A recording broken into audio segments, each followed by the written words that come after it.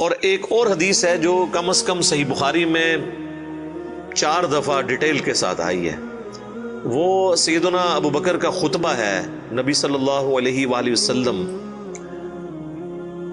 کی وفات کے فوراً بعد۔ خیر رسول اللہ فاختار الرفیق الاعلی من الجنہ۔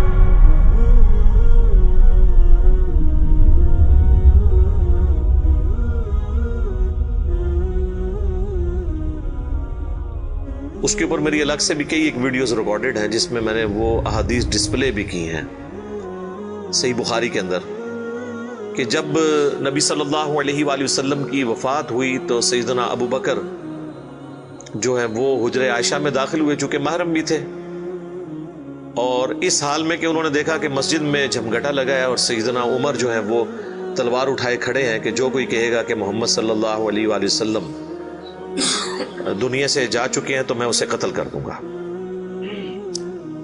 سیدنا ابو بکر حجرہ عائشہ میں داخل ہوئے، اللہ کے نبی صلی اللہ علیہ وآلہ وسلم کے مبارک چہرے سے کفن ہٹایا اور آپ کے ماتھے پر بوسہ دیا اور کہا، اے اللہ کے رسول، اللہ تعالیٰ آپ پر 2 موتیں کبھی جمع نہیں کرے گا، ایک موت آپ کا مقدر تھی وہ تو آپ کو آنی تھی، یعنی ہر انسان کے لیے ایک ہی موت ہے، دوسری موت نہیں۔ اب آپ آخرت کی زندگی میں چلے گئے تو موت کا مزہ جو ایک دفعہ تو سب نے چکھنا تھا وہ آپ نے چکھ لیا، یہ 2 موتیں جمع نہیں کرے گا، اس کا مطلب یہ تھا کہ سیدنا عمر کو جو یہ غلطی لگ گئی تھی کہ شاید نبی علیہ السلام ڈورمنٹ پوزیشن میں چلے گئے ہیں اور آپ دوبارہ دنیا میں واپس آ جائیں گے، جس طرح کہ سیدنا موسیٰ علیہ السلام کوہ طور سے واپس آئے تھے، تو اس کی آپ نے نفی کی کہ نہیں، اس طرح نہیں ہو سکتا، ایک ہی دفعہ موت آنی ہوتی ہے، اب حضور کو موت آئی، اب آپ دنیا میں واپس نہیں آئیں گے۔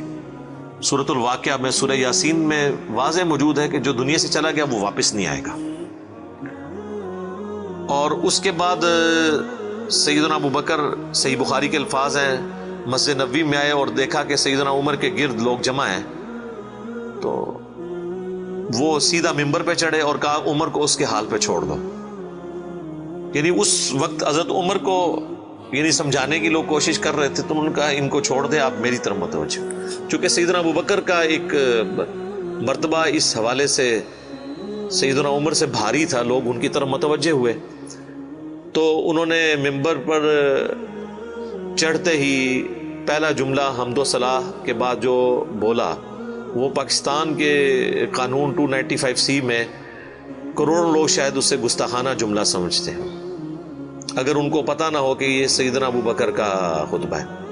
ہم نے سوشل ایکسپیریمنٹ بھی کیا اس پہ، کسی کو بتایا کہ بھئی یہ دیکھیں، اگر کوئی شخص یہ کہے کہ جو شخص محمد کی عبادت کرتا تھا وہ جان لے کہ محمد مر چکے ہیں، اور جو اللہ کی عبادت کرتا ہے وہ جان لے کہ اللہ زندہ ہے، اسے کبھی موت نہیں آئے گی، تو آگے سے جواب سننے کو ملا، یہ کون گستاخ ہے جس نے یہ بات کی ہے؟ کوئی بھی نہیں، حضور کی تو عبادت کوئی بھی نہیں کرتا ہے، کون جملے بنا دو۔ تو ہم نے بتایا یہ بخاری شریف میں کم از کم 4 جگہ موجود ہے، وما محمد الا رسول، تو قرآن میں آیا نا۔ صحیح بخاری میں حضرت ابو بکر کے خطبے کے الفاظ یہ ہیں، من کان یعبد محمدا فان محمدا قد مات، جو کوئی بھی تم میں محمد کی عبادت کرتا تھا تو جان لے کہ محمد مر چکے، مات کے الفاظ ہیں۔ فإنه من كان يعبد محمدا فإن محمدا قد مات۔ وَمَن يَعْبُدُ اللَّهَ، اور جو کوئی اللہ کی عبادت کرتا ہے یا کرے گا، مضارع کا صیغہ استعمال ہوا ہے، فَإِنَّ اللَّهَ حَيٌّ لَا يَمُوتُ، تو بے شک اللہ تعالیٰ زندہ ہے، اسے کبھی موت نہیں آئے گی۔ تو یہ خطبہ آپ نے یعنی پڑھا، اور پھر اس کی دلیل میں سیدنا ابو بکر نے قرآن کی یہی آیت تلاوت کی، سورہ آل عمران آیت نمبر 144، اور امام بخاری نے کتاب التفسیر چیپٹر جو قرآن کی تفسیر کا لکھا ہے صحیح بخاری کے اندر، اس آیت کو انہوں نے ہیڈنگ بنا کے یہ حضرت ابو بکر کا خطبہ نقل کیا ہے، وما محمد الا رسول قد خلت من قبلہ الرسل افإن مات او قتل انقلبتم على اعقابکم، محمد تو نہیں مگر ایک رسول، اگر یہ مر جائیں یا قتل کر دیے جائیں تو کیا تم دین سے الٹے قدم پھر جاؤ گے؟ وما محمد الا رسول قد خلت من قبله الرسل أفإن مات أو قتل انقلبتم على أعقابكم ومن ينقلب على عقبيه فلن يضر الله شيئا وسيجزي الله الشاكرين. اور جو کوئی دین سے الٹے قدم پھرے گا تو اللہ کا کوئی نقصان نہیں کرے گا اور اللہ تعالیٰ ثابت قدم رہنے والوں کو جزا دے گا جو شاکرین ہوں گے، شکر گزاری کی روش اختیار کرنے والے. پھر آپ نے اگلی ایک اور آیت تلاوت کی، سورہ الزمر کی آیت نمبر 30، انک میت وانہم میتون، اے نبی بے شک تمہیں بھی مرنا ہے اور تمہارے مخالفین کو بھی مرنا ہے. وہ آیت بھی آپ نے تلاوت کی. تو آپ اندازہ کریں کہ یعنی صحابہ کرام جو ہیں وہ اپنی بات کی دلیل میں قرآن سے آیات پیش کیا کرتے تھے. وہ کہتے ہیں نا ساڈے خلاف آیتاں پڑھ دینا جی قرآن تو بھئی قرآن اگر تہاڈے خلاف آیت ہے نا تو تسی مسلمان نہیں ہو، کیونکہ مسلمان تو وہ ہوتا ہے کہ جو قرآن کے مطابق ہو، نہ کہ یہ کہ اس کے عقیدوں کے خلاف قرآن میں آیت آ جائے. تو اگر کوئی کہہ رہا ہے ساڈے خلاف آیتاں پڑھتا ہے تو سمجھ لو کہ پھر تسی تو کافر ہی ہوئے نا. مسلمان کے خلاف تو قرآن کی آیت نہیں پڑھی جا سکتی نا. اگر آپ کا وہ عقیدہ ہے تو آپ کے خلاف کہاں سے ہوگی؟ تو صحابہ کرام دیکھیں کہ قرآن سے دلیل پیش کیا کرتے تھے، یعنی وہ اپنی بات کی دلیل بھی قرآن سے پیش کرتے تھے. لیکن یہاں پہ ایک بڑی حیران کن چیز ہے جس کو میں نے ہی پوائنٹ آؤٹ کیا ہے، میں نے کہیں پڑھے ہوئے نہیں یہ دیکھا، حالانکہ یہ بہت ضروری تھا کہ اس چیز کو ہائی لائٹ کیا جاتا، کہ حضرت ابو بکر نے ایک فرضی جملہ کیوں بولا؟ کوئی ضرورت نہیں تھی، اور جملہ بھی ان لوگوں کے سامنے بولا کہ جن میں سے کوئی بھی رسول اللہ کی عبادت نہیں کرتا تھا. یہ لوگ ہوتے تو یہ ان کو کھڑے ہو کے کہتے بھی تو کی اتنے تقریرہ پہ کرنا ہے، کو دروشی پڑھ تو اتنے حضور دی میت ہوتے تو اتنے گستاخانہ آیتاں پڑھ رہے ہیں کہ جی جو محمد کی عبادت کرتا تھا وہ جان لے کے محمد مر چکے ہیں. ایک اتنے لکھے ہے قرآن نیچے، کون ہی گلا بنانا ہے، سیدھے کوئی عبادت نہیں کرتے، خود سے ہی باتیں بناتے ہو. سیدنا ابو بکر نے بیسیکلی امت کو یہ میسج دیا کہ نبی اسلام کی تعلیم یہ ہے کہ آپ کو بت نہیں بنانا. اور اس پہ میں بولا کرتا ہوں کہ یہ محمد رسول اللہ صلی اللہ علیہ وآلہ وسلم کی کامیابی ہے کہ آپ نے ایسی ٹیم اپنے بعد چھوڑی ہے جو ان کی میت پہ ان کے فضائل بیان نہیں کر رہی، توحید بیان کر رہی ہے. کیونکہ ان کو پتا تھا کہ محمد رسول اللہ سے بھی آلموسٹ 500-600 سال پہلے ایک شخصیت دنیا میں گزری جس کے نام پہ دنیا کا سب سے بڑا شرک ہو رہا ہے، عیسیٰ ابن مریم. نبی صلی اللہ علیہ وآلہ وسلم نے ایک دوسرا عیسیٰ ابن مریم بن جانا تھا اگر صحابہ کرام شروع میں اس معاملے کو کل نہ کرتے. اور یہ انہوں نے اپنی ذاتی اختراع نہیں تھی، یہ نبی الاسلام کی مبارک تربیت کا اثر تھا. کیونکہ صحیح بخاری میں موجود ہے، دیکھنا میری شان کو اس طرح بلند نہ کرنا جس طرح عیسیٰ ابن مریم کے ماننے والوں نے ان کو ان کی شان میں بڑھا دیا، ڈیوینٹی ان کے بارے میں کلیم کر دی. میں اللہ کا بندہ اور اس کا رسول ہوں، مجھے اللہ کا بندہ اور اس کا رسول ہی کہنا. تو دیکھ لیں سیدنا ابو بکر نے عقیدہ توحید اس وقت امت میں راسخ کیا. یہاں تو کوئی پیر کوئی بزرگ مر جاتا ہے نا تو اس کی شان میں نغمے بنا لیے جاتے ہیں. یہ بھی دیکھ لیں آپ، کل خادم رضوی صاحب کی ڈیتھ کے اوپر وہ کسی نے راتوں رات بیٹھ کے ترانہ بھی لکھ لیا ہے، اور وہ ترانہ انہوں نے بڑے اچھے انداز میں اس کو گا بھی دیا ہے، اور ان کی میت کے اوپر وہ چل بھی رہا ہے. اور نبی علیہ السلام سے زیادہ تو کوئی تعریف کے لائق نہیں ہے نا مخلوقات میں، لیکن آپ کی میت کے اوپر کوئی درود شریف کی کوئی گھیٹیاں نہیں پڑیاں جا رہی ہیں، کوئی چادر نہیں کھلاری ہوئی، توحید کا خطبہ بیان ہو رہا ہے کہ اللہ کے نبی فوت ہو چکے ہیں. سیدنا عمر کے الفاظ ہیں صحیح بخاری میں، جب میں نے ابو بکر کا یہ خطبہ سنا تو میری ٹانگیں میرے جسم کا بوجھ نہیں اٹھا سکی. اچھا آپ لوگ قرآن و حدیث سنتے ہیں تو غصہ آ جاتا ہے. صحابہ قرآن و حدیث اپنے عقیدے کے خلاف سنتے تھے نا تو ان کی ٹانگیں ان کے جسم کا بوجھ نہیں اٹھاتی تھی، وہ اتنے پشیمان ہوتے تھے کہ میں غلط کانسیپٹ کے اوپر ہوں، میں فوراً رجوع کروں. اور سیدنا ابو بکر کے خطبے کے بعد سیدنا عمر کہتے ہیں مجھے یقین آ گیا کہ حضور فوت ہو چکے ہیں. اور پھر بخاری کے الفاظ ہیں، صحابہ کہتے ہیں کہ ہم کئی دن تک ہماری یہ حالت تھی جب ہم ایک دوسرے کو ملتے تھے نا تو ہم یہ آیت سناتے تھے، وما محمد الا رسول قد خلت من قبلہ الرسل. یہ سورہ آل عمران کی آیت نمبر 144، تاکہ ہمیں یہ یقین آ جائے کہ نبی الاسلام دنیا سے جا چکے ہیں. ایک دوسرے کو یہ آیت سنایا کرتے تھے، گستاخانہ آیت، یہ تو گستاخانہ ہی کہتے ہیں نا. یہ ہوتے تھے جناب ایک دوسرے نو جناب کچھ اور ہی سنا دے، نعتاں سنا دے رہتے. تو صحابہ نے ظاہر ہے انہوں نے تو مشن لے کے چلنا تھا نا، ان کو تو پتا تھا کہ پیغمبر کا کام ہے اللہ کا پیغام دنیا تک پہنچانا.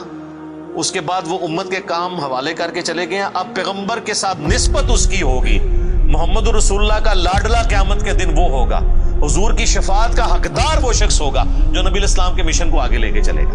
یہ نہیں ہے کہ جو جتنا اونچا نعرہ مارے گا۔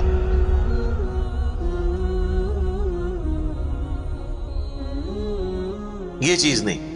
ہم لوگوں نے تو اس حوالے سے بالکل کانسیپٹ جو ہے نا وہ بدل لیے ہوئے ہیں، چونکہ ہم نے قرآن پڑھا نہیں ہے، اس لیے ہمیں اندازہ نہیں ہے کہ قرآن پاک میں نبی صلی اللہ علیہ وآلہ وسلم کا سچا محب اور سچا پیروکار کس شخص کو ڈکلیئر کیا گیا ہے، جو آپ صلی اللہ علیہ وآلہ وسلم کا مددگار ہوگا ان کے دین کے بارے میں۔ یہ بڑی سخت آیت ہے جی، یقین کریں انسان ہل جاتا ہے جتنی بار اسے پڑھتا ہے۔ آیت نمبر ہے 157 اور 158۔ الذین یتبعون الرسول النبی الامی الذی یجدونہ مکتوبا عندہم فی التوراۃ، یعنی اہل ایمان کے بارے میں آ رہا ہے کہ یہ اس نبی کی پیروی کر رہے ہیں، اس نبی امی کی جس کا ذکر یہ لکھا ہوا پاتے ہیں اپنے پاس تورات اور انجیل میں۔ یأمرہم بالمعروف، جو انہیں حکم دیتے ہیں نیکی کا، وینہاہم عن المنکر، اور روکتے ہیں انہیں برائی سے، ویحل لہم الطیبات، اور حلال کرتے ہیں ان کے لیے پاکیزہ چیزیں، وَيُحَرِّمُ عَلَيْهِمُ الْخَبَائِثَ، اور حرام کرتے ہیں خبیث چیزیں، یعنی اللہ کے اذن سے وہ شریعت کا پیغام پہنچاتے ہیں۔ وَيَدَعُ عَنْهُمْ إِصْرَهُمْ وَالْأَغْلَالَ الَّتِي كَانَتْ عَلَيْهِمْ، اور جو بوجھ ان پر پڑ چکے تھے، جو ان کے گلوں میں توق تھے، جو خود ساختہ ایک قسم کی شریعت اڈاپٹ کر لی تھی، وہ ان سے دور کرتے ہیں۔ فَالَّذِينَ آمَنُوا، پس جو ان پر ایمان لائے، بِهِ، اس کے اوپر جو ان کے ساتھ نازل ہوا، وَعَزَّرُوا، اور ان کی عزت کرے، وَنَصَرُوا، اور ان کی مدد کرے، وَاتَّبَعُوا النُّورَ الَّذِي أُنزِلَ مَعَهُ، اور اتباع کرے اس نور کی جو ان کے ساتھ نازل ہوا، یعنی قرآن۔ أُولَئِكَ هُمُ الْمُفْلِحُونَ، یہی لوگ ہیں جو کہ فلاح پانے والے ہیں۔ یعنی اللہ تعالیٰ فرما رہا ہے کہ نبی صلی اللہ علیہ وآلہ وسلم کا سچا امتی کون ہے؟ جو کہ ایمان لے کر آئے ان پر، اس کے بعد ان کی عزت کرے۔ یہ تو دونوں آسان کام ہے۔ ایمان بھی لاتے ہیں لوگ، عزت ضرور سے زیادہ کر رہے ہیں۔ ظاہر ہے کہ جب یہ کہیں گے خدا کا پکڑا چھڑائے محمد، محمد کا پکڑا چھڑا کوئی نہیں سکتا، غلوف کر رہے ہیں۔ رسول اللہ کے سامنے یہ کوئی جملہ بول سکتا ہے؟ اللہ جس کو پکڑ لے گا نا، نبی الاسلام اس کو چھڑوائیں گے نہیں، نبی الاسلام چھڑوائیں گے اس کو جس کو چھوڑنے کا اللہ اذن دے گا۔ دھونس کے ساتھ کوئی کسی کو نہیں چھڑوا سکتا۔ شفاعت بالاذن ہے۔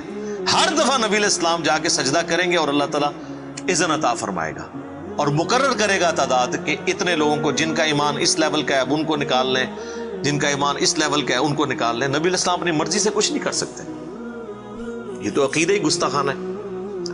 تو اللہ تعالیٰ ہمارا ایمان لاؤ اس نبی کے اوپر، عزت کرو، وَنَصَرُوا، اور مدد کرو ان کی کاز میں، ان کے مشن میں، وَاتَّبَعُوا النُّورَ الَّذِي أُنزِلَ مَعَهُ، اور اتباع کرو اس نور کی جو ان کے ساتھ نازل ہوا، یعنی قرآن۔ أُولَئِكَ هُمُ الْمُفْلِحُونَ، ایسے لوگ ہیں فلاح پانے والے، یہ لوگ فلاح پائیں گے۔ تو فلاح کے لیے صرف ایمان لانا ضروری نہیں ہے، بلکہ رسول اللہ کی مدد بھی کرنی ہے، آپ کی عزت اور تعظیم کے ساتھ آپ کی مدد اور قرآن کی پیروی۔ تو صحابہ کرام نے حضور کی میت کے اوپر عقیدہ راسخ کر کے بالکل صحیح بات بتا دی۔ اور آپ دیکھیں صحابہ کو کبھی یہ وہم بھی نہیں آیا تھا کہ نبی علیہ السلام سے ہم نے جا کے اب ڈائریکٹ کوئی بات کرنی ہے، ورنہ آپ دیکھیں حضور کی میت رکھی ہوئی ہے، صحیح بخاری میں ڈیٹیل موجود ہے، میرا ایک کلپ بھی ریکارڈڈ ہے، سیدہ فاطمہ کا قاتل کون، اس میں نے ڈیٹیل سے سقیفہ بنی ساعدہ کی حدیث بیان کی تھی کہ کسی کے دماغ میں بھی یہ مشورہ نہیں آیا کہ نبی علیہ السلام سے آپ کی ابھی میت باہر ہے، ابھی تو قبر میں نہیں گئے، جو لوگ قبر پہ جا کے مانگتے ہیں اور بزرگ باپوں کی، رسول اللہ تو ابھی ان کی میت باہر رکھی ہوئی ہے، جا کے آپ کے میت سے جا کے پوچھ لیں کہ یا رسول اللہ بتائیں آپ کا سکسیسر کون ہے آپ کے بعد۔ کسی کو وہم نہیں آیا۔ بعد کے لوگ پتہ نہیں کیا کیا دعوے کرتے ہیں۔